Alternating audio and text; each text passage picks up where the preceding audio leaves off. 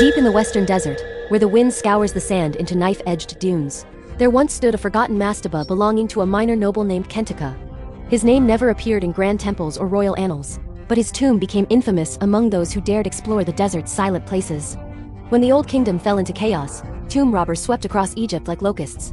They pried open sarcophagi for gold, stripped mummies of amulets, and shattered the painted eyes of statues so they could no longer watch. But Khentika's tomb was left untouched. Not because it was hidden, but because it was avoided. The first thieves who entered never returned. The second group, desperate and reckless, forced their way through the limestone blocks.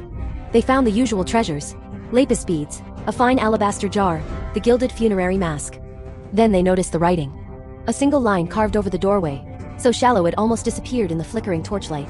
"He who disturbs my rest shall feel my breath on his neck." They laughed. A nobleman's curse? They'd seen worse. They kept looting. But when one thief lifted Khentika's mask, he noticed something strange. The jaw of the mummy was open wide, as if frozen mid-scream. He turned to call out to his companions, but suddenly, the air in the burial chamber shifted, cold, heavy, pressing. His torch dimmed, guttered, then went out. He felt something warm against the back of his neck, like a human breath. By the time the others pulled him into the sunlight, he was babbling, convinced that Khentika had exhaled death into his lungs. He died 3 days later. Word spread. No one ever touched that tomb again. Centuries later, archaeologists found the site. They noticed something the thieves never understood.